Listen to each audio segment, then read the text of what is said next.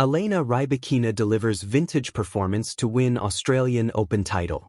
Melbourne, Elena Rybakina said she was delighted to reach the level shown by rivals Aryna Sabalenka and Iga Swiatek again, having beaten women's tennis dominant duo on the way to claiming her second Grand Slam title at the Australian Open on Saturday. The 26-year-old Kazakh dismantled world number 1 Sabalenka 6-4, 4-6, 6-4 in the final at Rod Laver Arena to add another major trophy to her cabinet following her breakthrough Wimbledon triumph in 2022. It followed a fluent quarter-final victory over Swiatek and left her on a hot streak of 14 wins from her last 15 matches, a run that includes her WTA Finals triumph last year. Of course, they're tough opponents, and they have great results, and for so long they're at the top and it has been stable, Rybakina told reporters.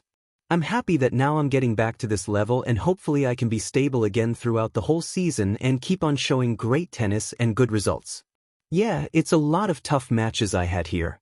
I'm glad the opportunities which I was getting during the match, I managed to take it and win in the end. Rybakina arrived at the year's opening Grand Slam having lost in the Brisbane International Tune-Up Tournament quarterfinals, and while she did not believe she was unbeatable, she said her Melbourne success stemmed from steady improvement. I played in Brisbane and lost the match there, she said. I feel like throughout the last couple of weeks I improved, which is really nice. Each match was different but, again, my serve was in the beginning not as good. The movement was not the same as today and semi-final match, against Jessica Pegula. I'm just very proud of the work I did with my team, and that I found my best form here at the Grand Slam. In the first Grand Slam final since 2008 featuring players yet to drop a set, it was top seed Sabalenka who blinked first under the Rod Laver Arena roof as Rybakina came out all guns blazing to break in the opening game and take control. The fifth seed's booming ball striking caused all sorts of problems for two-time champion Sabalenka, as Rybakina comfortably got to set point in the 10th game and finished it in style to send alarm bells ringing in her opponent's dugout. Arriving with 46 hard-court Grand Slam match victories from the last 48, four-time major winner Sabalenka found her groove and began the second set more positively, but Rybakina saved 3 breakpoints to hold for 1-1. A wayward forehand from Rybakina handed Sabalenka the chance to level at 1 set apiece, and the Belarusian gleefully took it to turn the final set into a shootout destined to be decided by whichever player held their nerve. Having beaten Rybakina in a similar situation in the 2023 title clash, Sabalenka unleashed a flurry of winners to go ahead 3-0, but the Kazakh erased the deficit and broke for 4-3 before securing victory. Sabalenka said she was really upset with herself for failing to take her chances. I was really upset with myself, I would say, because once again I had opportunities, she said. I played great until a certain point, and then I couldn't resist that aggression that she had on court today. But I think overall I played great tennis here in Australia. Even in this final I feel like I played great. I was fighting. I did my best, and today she was a better player. Sabalenka has now won 4 and lost 4 of the 8 Grand Slam finals she has contested. That includes losing her last 2 in Australia after being upset in 2025 by Madison Keys. Despite that, she was optimistic that she was moving in the right direction and confident for the season ahead. Today you're a loser, tomorrow you're a winner, she said.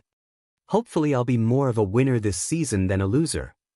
Asked if she had any regrets on how she played against Rybakina, she said felt she could have been more aggressive, but was also effusive in her praise of her Moscow-born opponent. As to the future, a philosophical Sabalenka said her goals had not changed. Keep fighting, keep working hard, keep putting myself out there, and try my best if I have another chance in the final. Just go out there and do my best, she said. Elena Rybakina delivers vintage performance to win Australian Open title. The sun was shining over Melbourne Park, but it wasn't just the Australian summer that lit up the courts, it was the brilliance of Elena Rybakina.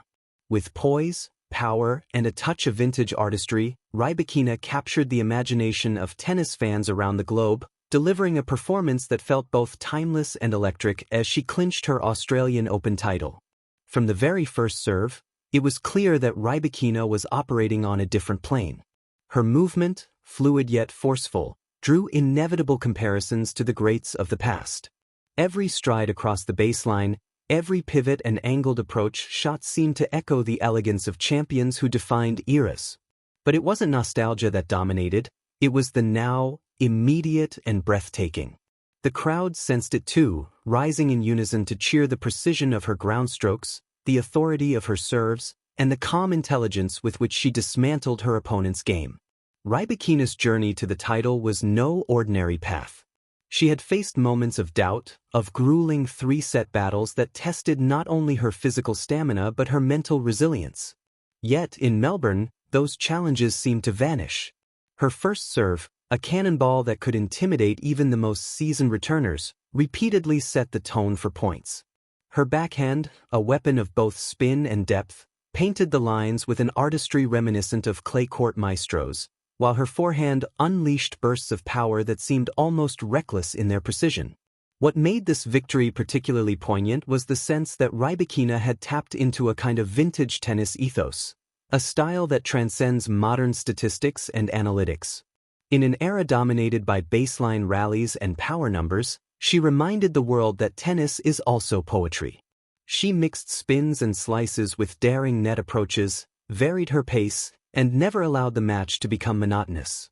Each set was a narrative, every point a sentence in the story of her mastery. The aura she exuded on court was that of someone who had studied the greats not just in technique but in temperament, players who could remain calm under pressure, who treated the game as much as a mental chess match as a physical duel. Off the court, Rybakina's journey to this pinnacle was equally compelling. Her early years in the sport were marked by intense dedication, long hours of practice, and an unwavering belief in her own abilities. She carried with her the quiet confidence of someone who knows her worth but respects the grind it takes to reach the top. In interviews, she spoke not only of strategy but of joy, the simple, profound joy of hitting a perfect shot, of reading the game like a living puzzle, of competing on the world's biggest stage. That mindset translated beautifully into her Australian Open campaign, where each match felt like a chapter of personal and professional growth, culminating in a finale that was nothing short of cinematic. The final match itself was a study in contrasts and mastery.